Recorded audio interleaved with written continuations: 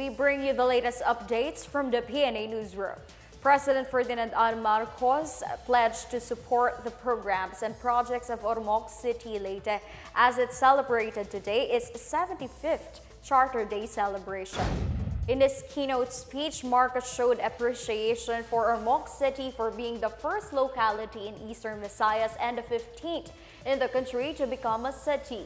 Marcos lauded the local government for implementing the local climate change action plan, prioritizing the use of renewable energy and implementing a social protection program for adolescent mothers and their children.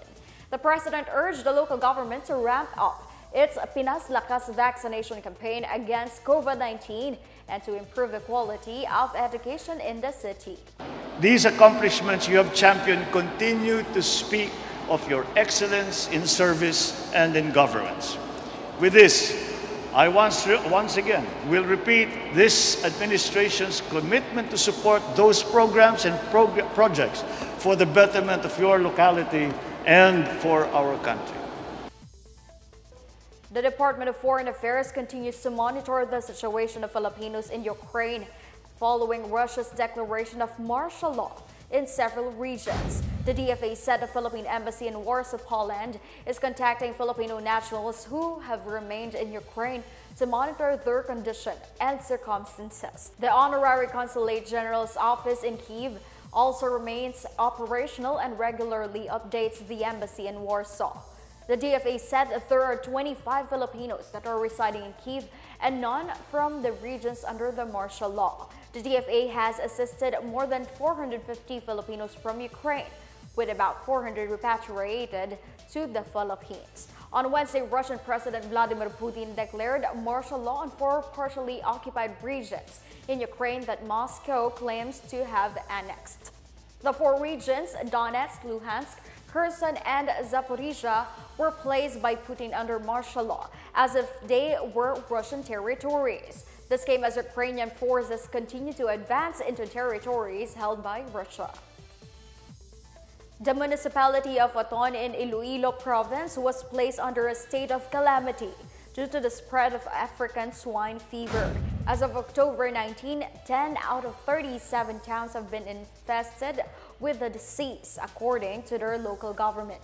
It said hundreds of pigs in the area were already depopulated, including those that do not exhibit any symptoms, as a precautionary measure. Local officials also said the declaration of state of calamity will allow them to use their quick response fund to conduct biosecurity surveillance and protection measures. Aton is one of the biggest contributors to the economy of the province, with at least 1,642 hog raisers and 11,500 hog inventory. The coronavirus disease, or COVID-19, remains a public health emergency of international concern, according to the World Health Organization. Amid the declining number of weekly deaths, the WHO said the number remained high compared with other respiratory viruses. It also warned of COVID-19 related complications and post-COVID-19 conditions, and that the outbreak could also evolve during the upcoming winter season in the Northern Hemisphere. The WHO cited the need for a coordinated international response to address the inequality in terms of access to testing and vaccines. President Ferdinand Marcos earlier said he plans to extend a state of public health emergency in the country until the end of the year to sustain the government's pandemic response.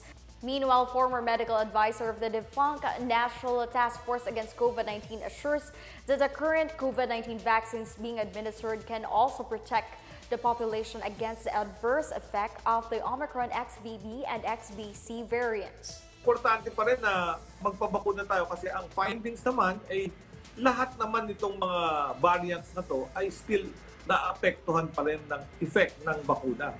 So useful pa rin yung ating mga primary vaccines at mga binibigay ng booster para ma-prevent pa rin itong XBB at XBC.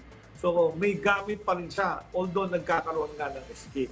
Pero mapoprotektahan ka pa rin from serious illness. That's the latest and the biggest stories from the Pna Newsroom. For more news content, visit our webpage or head on to the Philippine News Agency's Facebook and Twitter accounts. We're also shown on the social media pages of the Office of the Press Secretary and the Radyo Pilipinas RP1. Stay tuned for more news updates. I'm Stephanie Sevillano. We tell stories that inspire change.